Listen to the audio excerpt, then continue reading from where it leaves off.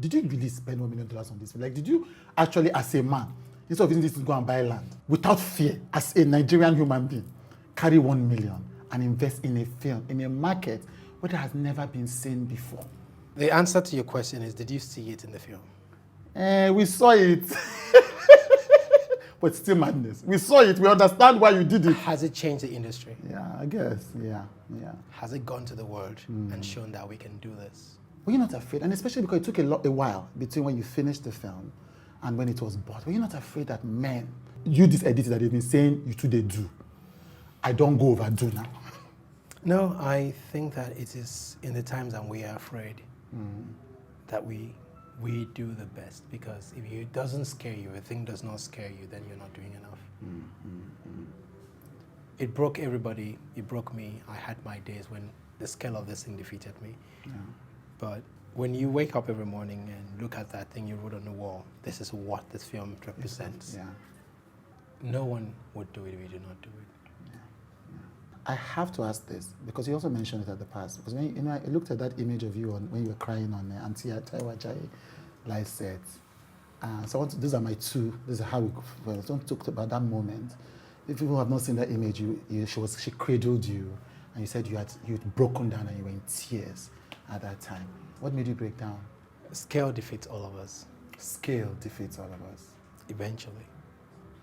There are days I had to carry people who were veterans, who I asked so I can lean on, and you always had to carry them. You had to carry them so many times.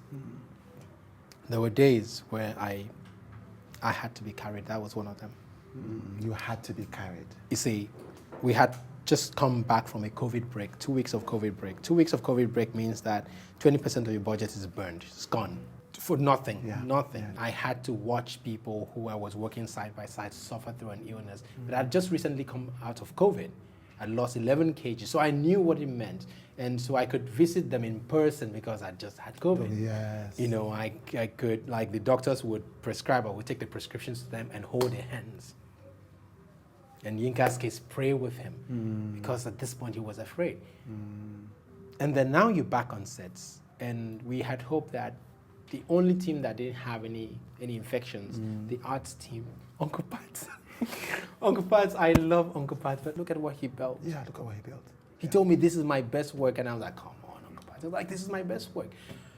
And he didn't live to see the film. Yeah. But then guess what? Uncle Pat was like, keep it moving.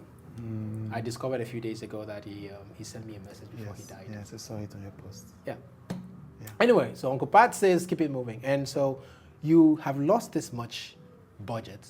You just come back, and the arts team didn't prepare the sets, and then Taiwo Ajayi set is with you within a fixed number of hours. And how am I going to execute this? You're under so much pressure. We're losing money, we're losing time. And at that moment, leading this many people who you thought you could cheat by bringing on so that you can lean on them. They lean on you. And you see, no one ever asks the leader if they're okay. Yeah. The leader always has a brave face. The leader always knows what to be done. The leader always leads. And so every day I had to put on a brave face when I was scared as, can't cuss on your show. And so you are so scared. But you have to lead. Now this woman walks in, takes one look at me. I knew this guy, he's dying inside. He's dying. Say, come.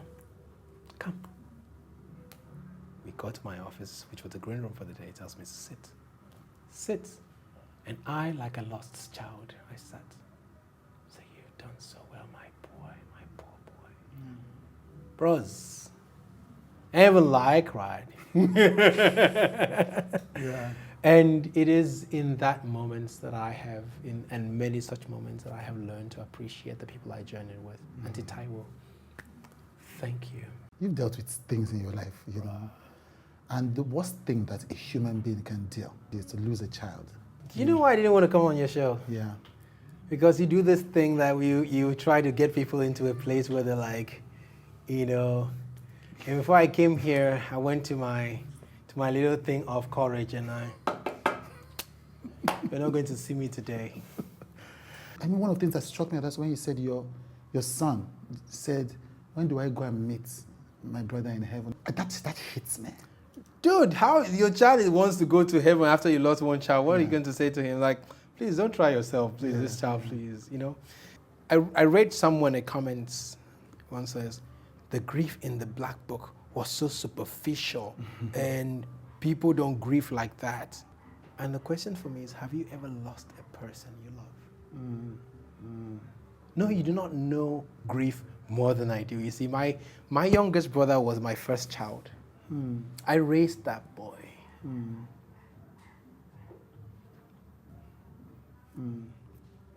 I lost him to cancer. It's the worst way to die. It's absolute worst way to die.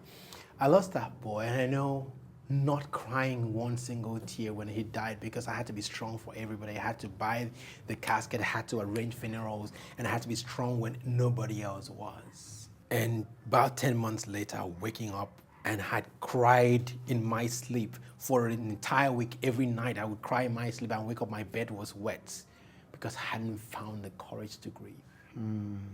Because I had to be strong for everybody.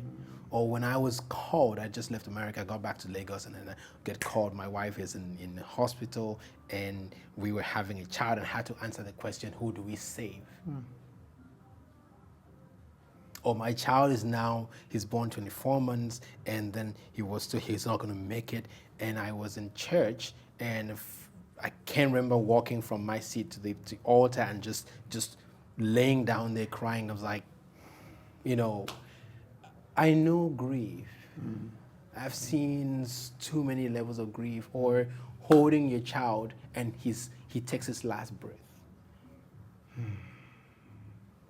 And so, if there is a thing I am most familiar with, is grief. And I remember when I told God, dear Lord Jesus, if you ever give me a chance bring me to a place where I have to be strong, I promise you, I'm going to fail you. Because I'm done being strong. I'm done. And dearest friend of mine was my best man, lost his wife and 2 babies on the day after the anniversary of my son's death. He had called me the day before to console me, and the next day he lost his wife and 2 children, 2 daughters, beautiful children. And I was like, God, I told you. Yeah. And so I went through years and years of faithlessness. And I'm just trying in this moment to find my way back, because in the last couple of weeks, I prayed to God. I was like, help me through this, because I've gotten to the point where I can't. And you know, me and you, we're not like guys at the moment. We're not like guys, but like, just try, Sha. And you know, small play, bro being like just embarrassing me. It was like, okay, so I said do something and you're just doing and doing and doing. I've heard. Yeah. You know, I have heard you, guy. It's not every time you'll just be showing off. Like, chill sometimes. Yeah. That's that unbundling process I'm going through with him now. Yeah. He has shown me, you know, I've seen, life has shown me, and so that's why when I come back to this first question that he asked me, how do you feel? Gratitude. Yeah. Maybe tomorrow I feel something else, but today I'm just grateful. I had about